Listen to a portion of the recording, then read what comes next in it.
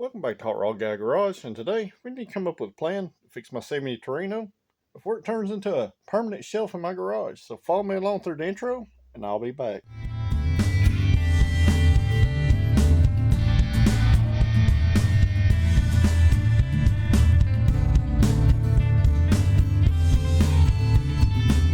Alright guys, so I have been working on something in the background, kind of interesting. And we need to get my 70 Torino, we need to get a motor back in this thing. I'm sorry for the lighting, it's late. It's kind of dark outside because it gets dark outside like 4:30 now. And I know y'all are ready to see some videos on this car. I've got something kind of interesting going on. And I'll flip the camera around and we'll talk about it a little more. And then we'll go from there. So, of kind of sad things, my Torino is kind of turned into a catch-all at this point. But we got to get something back in here. And I'm pretty sure we're going to fix the Cleveland and put back in it. Disregard the mess on the floor I've been cleaning in the garage too. But we need to get this Cleveland back together. We need to decide what we're doing to put the Cleveland back together. And get our top loader back in the car. And some things like that. But I had been thinking kind of roughly here of going to an aluminum head. And a lot of y'all may recognize that. A lot of you may not. This is a GM LT cylinder head. These are stock Cleveland cylinder heads. I wonder where this video is going to go. So don't freak out, Ford guys. I've got something kind of really cool here that I think might actually work and be an upgrade for a 351 Cleveland. So let me flip it around. We'll talk about it a little more. So guys, don't freak out and just click off this video and leave because you heard the words GM in a Torino video. I'm not swapping a motor. What I have here is, we just look at these as they're cylinder heads, okay? Let's just look at it as a generic cylinder head. And we'll go from there. But I have been doing a little research in the background. And some things look very promising with this head. A couple of big things that look super promising. It has a smaller combustion chamber. It has a modern port design, which is a high ported head. Which means it will flow more air than these 351 Cleveland 4-barrel heads. And they're lighter. So we'll go over the basics first, and then we'll see what it might take to actually try to adapt these onto something. At this point, this is just an idea, and I appreciate your feedback down in the comments. So make sure you comment down below and let me know what you think. That way I have some feedback on these videos. I'm trying to bring y'all more stuff that you actually want to see. So we'll start off this, let's just call this a brainstorming video at this point. Let's take one of these Cleveland heads and put it on a scale. See what we got. That head right there is 54 pounds. This is quite a hefty piece of cast iron. Now these heads right here, they're made out of aluminum. They're quite a bit lighter. This head weighs 23.6 pounds. So already half the weight of the factory Cleveland head. Alright. Let's just go over the demographics of these things first. We're going to put these heads like they're bolted on the motor. As you notice, the aluminum head port is smaller. Well, that's not going to make power, right? The difference is, guys, look at where this port is positioned. This intake port is positioned in its cylinder head compared to the Cleveland head. A high ported intake port has a direct path of air into the valve. Where the Cleveland head, this port goes down below. You can see it jump down in here. This air has to go up and over into the valve and down and into the valve. And that creates turbulence. You lose port velocity there. So it might surprise you. I've got the base flow numbers for both these heads.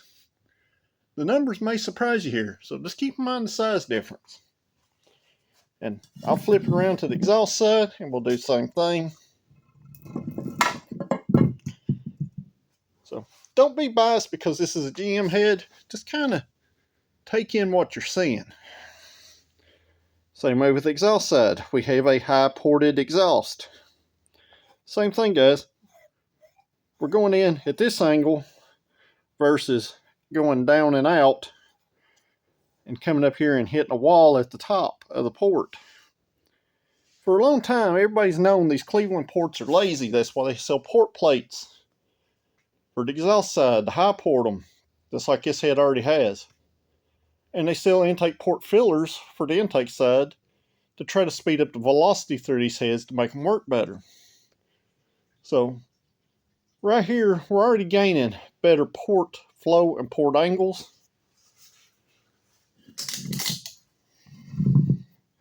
And here's where a lot of you may kind of go sideways. If you look at it, our intake valve and our exhaust valves, our intake valves on these are big, our intake valves on these are smaller, our exhaust valves are pretty close to equal in size. So a lot of things are kind of promising here and a lot of things aren't promising. But let's do a little more comparisons. And another thing, I've seen guys swap LS heads on 302s and 351 Windsor stuff, but they always have to fight with a custom cam deal. Well, they fixed that on the LT version of these motors. So, like I said, think of this as an aftermarket cylinder head, not a Chevrolet cylinder head. Our port, well, our valve layouts, guys, are intake, exhaust, intake, exhaust, intake, exhaust, just like a Ford motor. You'll also, smart guys will notice that the head bolt pattern is real similar. So is our water jacket areas on the Cleveland. All this stuff looks real promising. Looks pretty good for a head that you could get out of the junkyard for probably less than a couple $100. Yeah, that's what I thought too. And I've been looking at aluminum Cleveland heads, and they were quite pricey, guys. This looks very promising. So I'm gonna flip it around. I've got all the specs for both these heads wrote down, and it's easier for me to kind of talk about them and let you see them. And all right, guys. So what I got here, I have generated a lot of these numbers off the internet, a lot of them by measuring with my micrometer myself. But let's just call the GM head a 214 casting number head, where we got a D1AE for the 4-barrel closed chambered heads. A 351 Cleveland uses a 9-degree intake valve angle with a 4-degree splay. That's why you call them, everybody call them a canted valve head, right? We're 9 degrees on the intake, 9 degrees on the exhaust with the same 4-degree splay on both of them as in the can of the valves. Well, if you jump over here to our 214 cast head, we have a 12.5 degree intake angle with a 2.6 degree splay, a 12.0 on the exhaust with a 2.4 degree splay. What does that mean? That means that's also a canted valve head.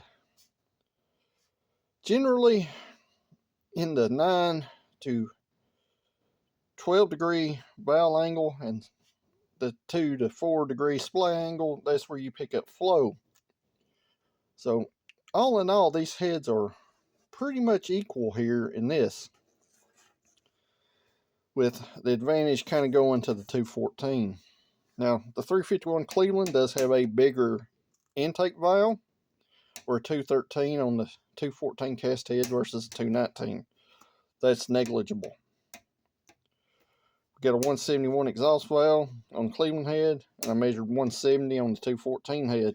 They're pretty equal, right?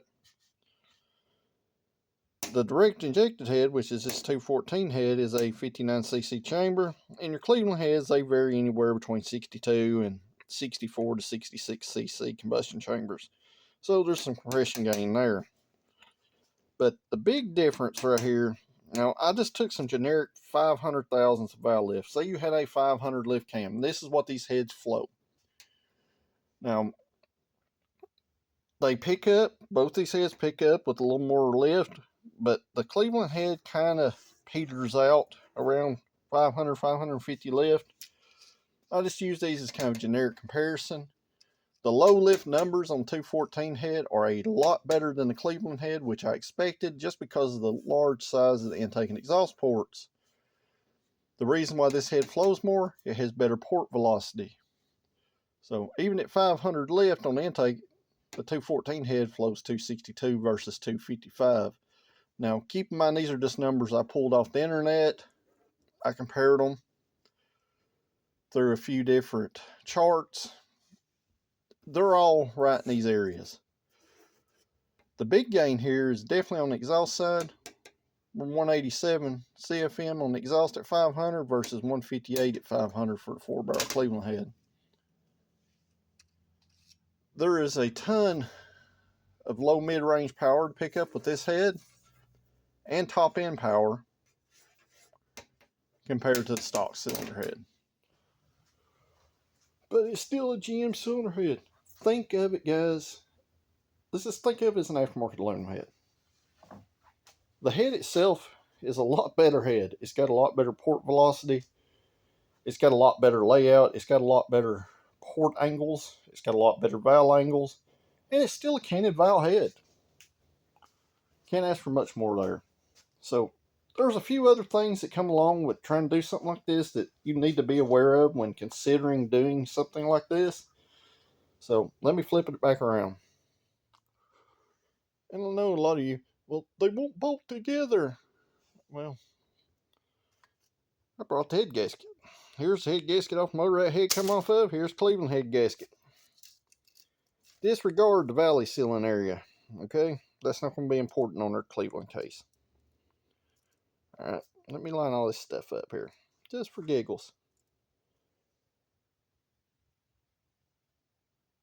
We got a lot of stuff intersecting here. Even our oil returns. Our head bolt holes line up. There's some coolant passages differences, but those are easy to address. Even the water jacket.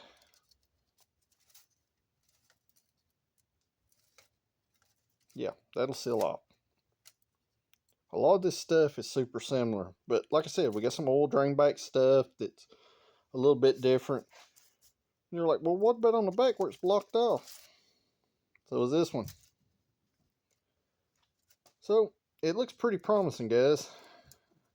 You also got to think these heads come off a 325 cubic inch motor, so they do have a smaller bore on the head gasket versus the Cleveland. So what does that mean? It means we have an actual chance of doing this and it working out. Like I said, I'm depending on your comments down below. If this is even something viable that y'all want to see happen. I think it's kind of cool. Of other comparable things, the motor them heads come off of has a 9.240 deck height. The Cleveland's a 9.2 deck. There's 40 thousandths of deck height clearance difference. And if you think about that, you could cut 40 thousandths off the heads, or 20 per side to get the 40 thousandths total.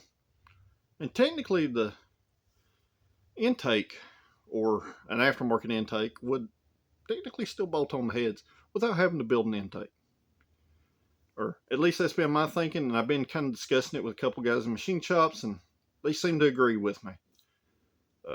Like I said, right now this is just kind of a pipe dream, kind of, just brainstorming. Kind of like we did in our last 66 Mustang video. We're just kind of brainstorming, guys. I want to brainstorm with you to see what you feel about this. And like I said, you kind of got to look at it with some blinders on. Look at it as an aftermarket cylinder head. The data's there. It looks good. So I guess the next thing we need to move on to is seeing if we can get it bolted to the Cleveland block. Since the Cleveland block's apart, we can see the chambers. We can see if there's any kind of overhang, or, if the valves are off to one side or off to the other. But so far, it looks like maybe some simple machining, and this is a very viable option. And if you guys ain't figured out yet, I do like stuff that's a little oddball and a little different from what everybody else has, or, normal stuff. So I think this is going to be kind of some neat way to actually gain some power and maybe help some other people out in the future that might want to do something like this. And I know there's some things like headers won't bolt up, but that stuff will be pretty simple to address later. And I think this might be a good way to take the Torino with the Cleveland, where we can keep moving forward with some drag strip data, ET data. So since everything kind of looked good, I've not even stuck this head up to the block. I've just been comparing head gaskets and looking around and kind of brainstorming in the background on my own. Just trying to get an idea of if this is viable or not. One big thing that is different between these is the other heads, the dowel pins are up here in these locations instead of down here in the bottom. So there will be some machining having to be done to the heads with the dowel pins. But I want to start out by actually sticking this head gasket up here and looking at our coolant passages and our oil returns and all that stuff, just to kind of get a feel for what's going on here. And I see something else that I like a whole lot, that all the top of our head will come up here to about where we were with Cleveland head, and all our lifter pockets in this head gasket line up good. So it looks like maybe we can just drill some coolant passages, and the oil returns look pretty darn workable here. I'll just say that they're well workable. At least the rear one back here is already cut out here. The head don't have a port up here in the front, but it may be easily drilled, because your Cleveland motors, your oil drains are going to be up here. So they look pretty promising as far as that goes. And also note, some of these cutouts on the Cleveland heads are blocked off anyway on Cleveland head gaskets, versus, what's actually in the block. 3 of these are actually dead down here in the bottom. Well, 4 little coolant passages are. So I'm sure it will be easy to drill and fix that as far as that goes. And Cleveland's blocked off in the back, and like I said, our front is already there, and there's plenty of material on the Cleveland block to seal off, and there's plenty of material on the other head to actually go on.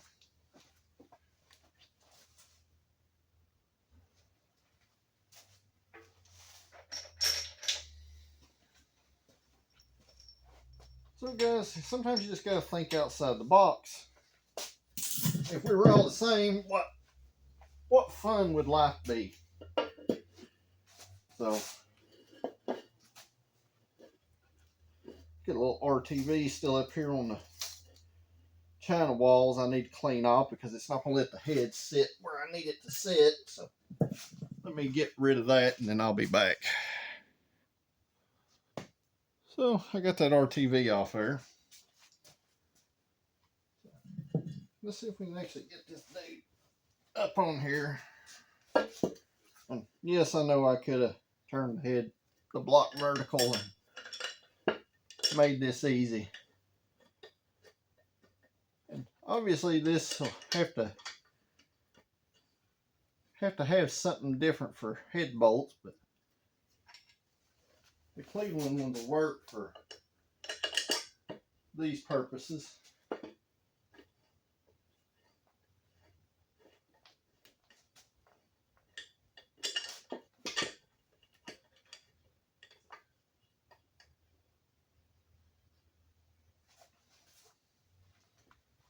Looks like it's bolted up. So I got the head stuck up on there.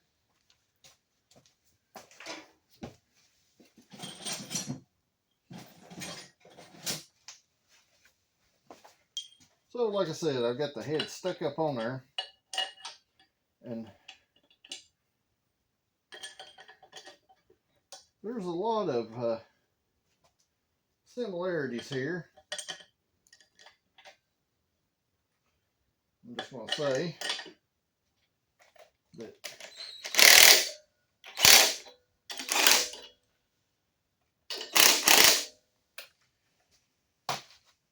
the difference here is the head bolts. Now there will have to be machine work done on head bolts, but as you see, I've got a few stuck in here, and I'm not going to cross through them into the block because they're going in a different angle, but the head bolt holes would have to be opened up slightly.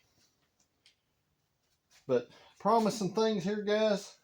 We have no uncovered passages. It sits flush with the bottom of the block. It sits slightly above the china wall, which is fine because we will have to build a valley plate. Everything looks good there. Our push rod holes line dead up with our lifter bores, so that's promising there. But like I said, we gain a lot, both in weight and flow, by using this style head. Well, as you can see, I got a few head bolts started in it. Keep in mind, these are metric holes and these are standard bolts, so you're going to have just a touch of difference here. And that touch of difference, as you can see here, this one's tight here and loose here. Tight here, loose here. That's easily addressable by machining the head and maybe having a steel sleeve made so it would go in the head. Or you could just drill them out, and as long as your dowel pins are there, guys, you can torque these things down and they'll be just fine. But we don't overhang the bottom of the block any. We're flush just like it would be with the Cleveland head. We're good up here. Our coolant passage is right here. We overlap the china wall here just a little bit. Keep in mind to do anything like this.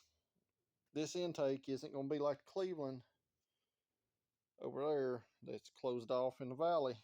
You'll have to make a valley pan, and having a little overhang here is actually kind of ideal. So that looks good. The head bolt issue is easily addressed. I know you can't probably see, but our lifter holes are all pretty good up there. And back here on the back of the blocks, just like the front, we gain pretty good. One thing this will do to make things kind of difficult, you won't have to deal with the alternator bracket, but that's easy enough to address. And obviously Cleveland head bolts are way too long for these, so you would have to find a head bolt that was compatible. But let me roll this thing over and we'll look up in the bores and see how centered the chambers are in them. So I got the block flipped over. You can see here it's pretty well centered, pretty well centered, pretty well centered, and pretty well centered, right? So if you'll notice, this one is a little biased back. They're real similar on bore centers. That will not cause an issue as long as your valve clears your cylinder wall, guys. And we got a mile of room considering these are small bore heads on this 4-inch Cleveland bore. So that looks good. Looks real good to me. And a lot of you are probably thinking, well, why don't you just put the whole motor in it? Because not everybody will see something like that. I could as easily just put my LS on my green car in it, but nobody wants to see that either anymore. I have done tons of engine swaps and stuff. I've done oddball stuff like this before. I just like to do stuff kind of different. A lot of my LS swap stuff that I'd done in the past was very early in the game. Now everybody does it. When I was doing it, it was kind of oddball stuff. You know, it wasn't real common. You still had your small block Chevrolet guys and your Ford guys, you know, button heads that the LS was evil. You break them down to architecture guys, they're super similar to a Ford motor. We had this motor come in the shop. I just seen these cylinder heads and I started doing some research on them. I'm like, man, them things are real nice. And I knew you guys wouldn't want to see me swap the whole motor in it, which would be really ideal because they're dome piston, they got big rods and strong crank and aluminum block. But I want to give the Cleveland a chance, and I think this is the chance that I can give it. Versus spending $5,000 or $6,000 to buy a set of cylinder heads, change the camshaft, you know, freshen the bottom end back up again. I think this might be a budget way we can make some power. And from what I'm seeing so far, maybe some light machining. And this stuff might actually jive together pretty easy. And like I said before, I'm looking for y'all's feedback. This is nothing set in stone. I literally pulled this off at the shop today and I was like, I wonder if I can make this work. So I come home and I was like, well, I'll start on the video. I just want to share it with y'all to see how you feel about it. I think it might be something game changing in the Cleveland world. It would not be as easy to bolt this on a small block Ford. Definitely couldn't bolt it on a big block Ford. But considering deck heights on these motors are super similar, the bore spacing is super similar, and we're going up 50 years plus in cylinder head design, cylinder head flow, and casting. Like, these heads aren't ported or anything. They could be. I could put big valves in them. I could have them ported, you know, and we could go that route. But I think maybe we might do a budget series doing this, and we might see some big gains out of it. I know I didn't have no ET data from the Cleveland guys, but I can well assure you that it probably didn't make 350, 400 horsepower maybe. It wasn't mega impressive, but if you keep in mind, it was also basically, other than it being a 4-bolt main block, it was a 70 M code motor with an aluminum intake and a set of headers and a camshaft. So there wasn't a lot to be expected to be impressive about that setup. But doing it this way, I think we might be able to see some great gains, maybe some fuel mileage increases. We're definitely going to gain leaps and bounds in torque. I'm just not seeing a whole lot of downsides. Some simple machine work, and I mean simple, guys. We basically need to drill a couple of holes in heads and maybe blend some oil drain passages together. I don't see a whole lot of downfalls other than having to find head bolts that fit the Cleveland block with the LS head or LT head. I just don't see a whole lot of downsides here. You know, a lot of this stuff I can do at the shop or do here at the house. And ARP has a whole catalog of different bolts. So it seems like it would be a simple thing. And you know, I was kind of caught up on the oil returns, guys, but I forgot that these, just like the LS series heads, you see that ink pen right there, right? It is down here in the lifter valley. These heads return through the lifters.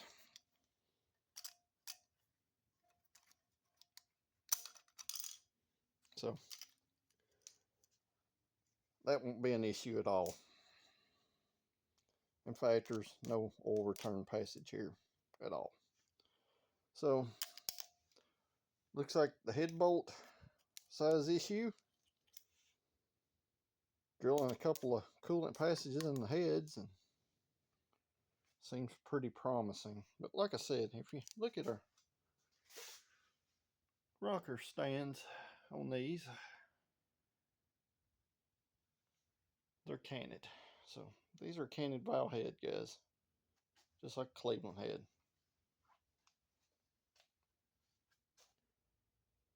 So maybe some of y'all see a reason why this don't work, wouldn't work.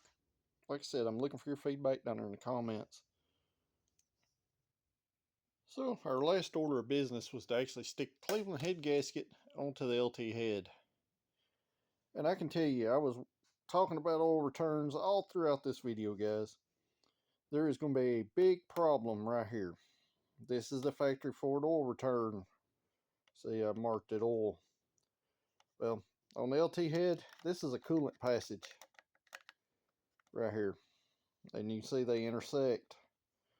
So, at very minimum, other than our dowel pin holes and stuff, this coolant passage under the head gasket right here is at least going to need to be welded up. Right there. And back here on the back, I marked it as oil. These coolant passages in the head deck will have to be welded up. This one intersects. And this can be opened up here. All our coolant passages down here all line up. All our steam port holes. Every single one of these lines up with the LT coolant passages and heads. Even though I marked some of these on the Cleveland block that are dead and don't go anywhere, you know, down here in this area, there's some of these passages that do not go into coolant and they're just simply holes in the head gasket. I marked them. Even with them blocked off, if you pick up the head gasket here, I don't know if you can see up under there, but there's ports. Port, port, port, port, port, port, port, port. Everything looks like it'll be pretty simple. Like I said, we got some dowel pin issues here. And obviously some, you know, the head bolt holes will have to be kind of addressed here a little bit too. But generally they're roughly, we'll bolt on like we did earlier in the video. But the ideal way to do this, you would take some Dicom blue spray and clean this head surface good. Spray this down and scribe all your passages that need to be addressed in your chamber cutouts for the Cleveland head gasket. But the important thing is, guys, this thing is really, really close to working. And I don't think it will take a whole lot of even machine shop time to make this cylinder head work on a Cleveland block. And like I said, even our coolant passage here, if you look at the Cleveland versus the LT, it's there. And we have plenty of sealing area around where we need it to be. So it looks like it'll work pretty simple. Regardless, I'd want to have a valve job done these heads anyway. This stuff would be, they're going to have to be decked at least 20 thousandths to correct the deck height difference between the LT and the Cleveland to make the LT intake work onto the Cleveland. So it's looking pretty promising. I'm sure there'll probably have to be some mods done to the intake also. And I should be able to use my Cleveland headers by changing the flange.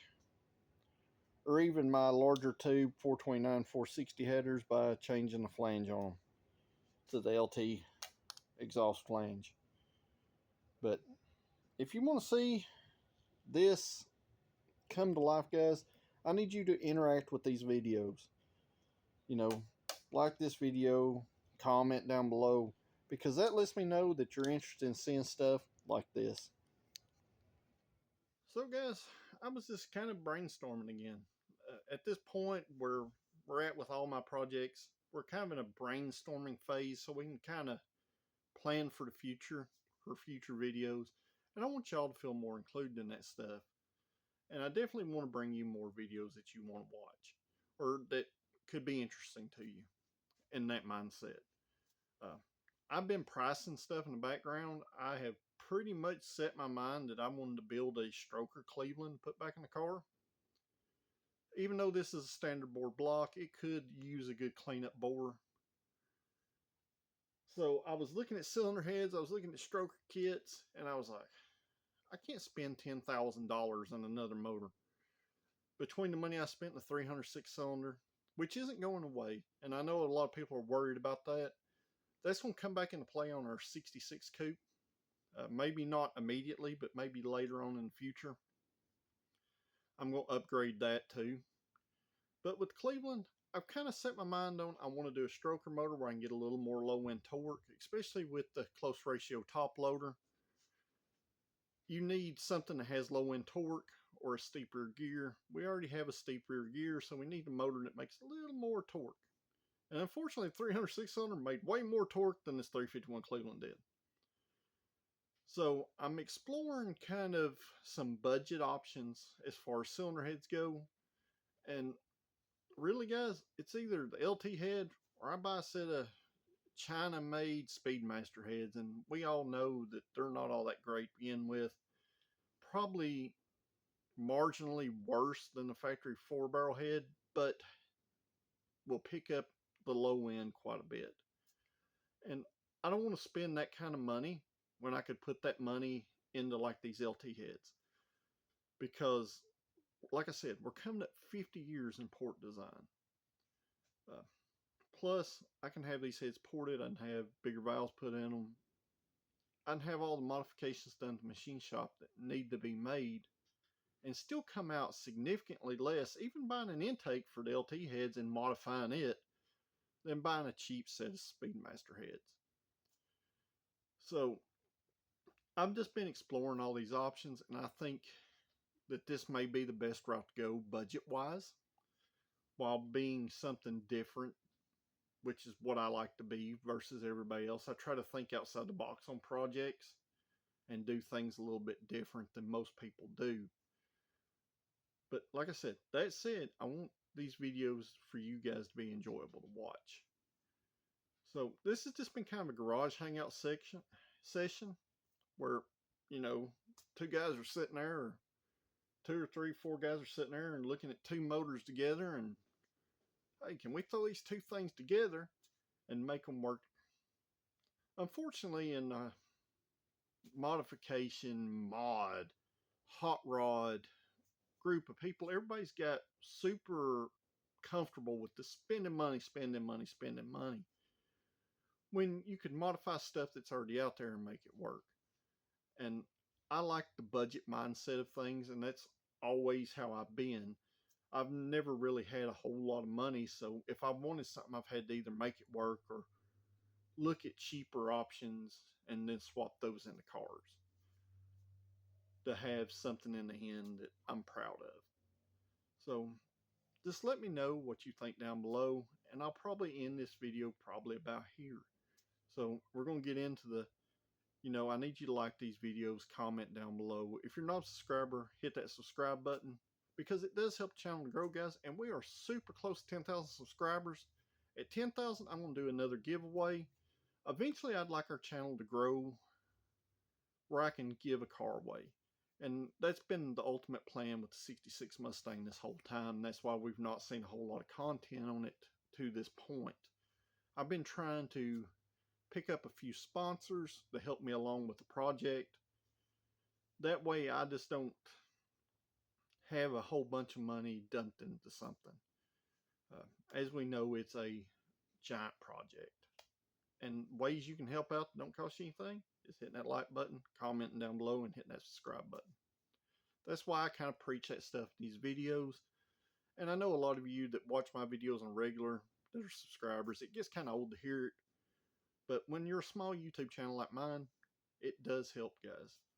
It helps with the algorithm and gets these videos in front of more people. So that said, I appreciate you guys watching these videos. If you are a subscriber, I greatly appreciate you guys, and I look forward to your comments down below. It's kind of enjoyable to see you guys down in there commenting on stuff. So until the next video, guys, thank you for watching, and I'll see y'all at the next video.